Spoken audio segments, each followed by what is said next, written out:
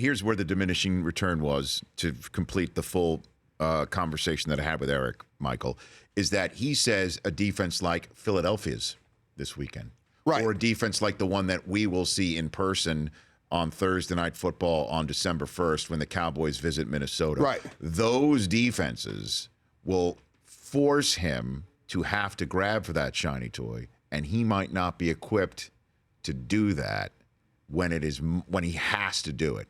Instead of just saying, I'll be the Tom Brady, I'll try and not make the mistake. And that is a type of night that will get him into trouble as opposed to being aggressive and trying to beat somebody. Did you not see his last drive right before the half in Green Bay? Eric he said grabbed the shiny toys. He did. They were there, and it was the time of the game that you have to grab it because he only had a few seconds, so he had to go down the field with it, and he went down the field.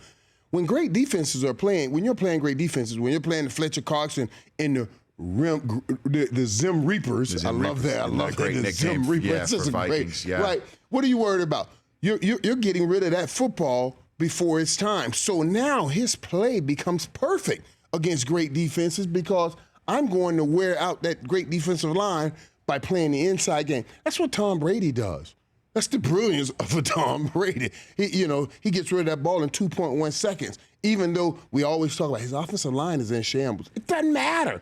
I got a fat guy sitting in front of a fat guy only for 2 seconds. I can get this ball off with Tom Brady, and Dak Prescott plays a lot like that. And in that Green Bay game, he broke Tom Brady's record for most consecutive interceptionless attempts to start a career, not only breaking Brady's record, but making a bold prediction happen in a very weak-ass manner for somebody who might be sitting right here on the Rich Eisen Show set right now. I was trying to marry them up together. Oh, boy. And that's what it was. That's what I was doing. 6th-rounder, 4th-rounder.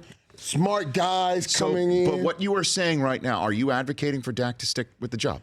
Is that what you're saying right now? I was saying all along that we go back to Tony, but I said this, and I said that Green Bay game, this Philadelphia game, these are games that will make you change your mind if you come out on top in these games, especially back to that game Sunday night after seeing those two teams, which are top teams in the NFC, and then watching Philadelphia beat Minnesota, which is a top team in the NFC. Now, you go back and beat Philadelphia, hey, man, it's hard for me to sit that down. It's hard for me to sit that down because these are the teams that you're going to go see, again, going to the Super Bowl. But Eric Davis's point of view is that these are the teams that you're going to need to have someone at the controls who goes and gets the plays that are not left on the table, that are on the table and need to be gotten. And he says Prescott is not that quarterback. And what Eric also just failed to mention a little bit of it, he's doing that without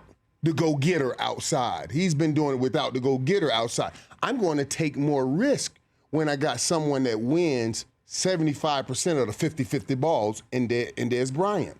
Okay? He's been doing it with Bryce Butler and Cole Beasley.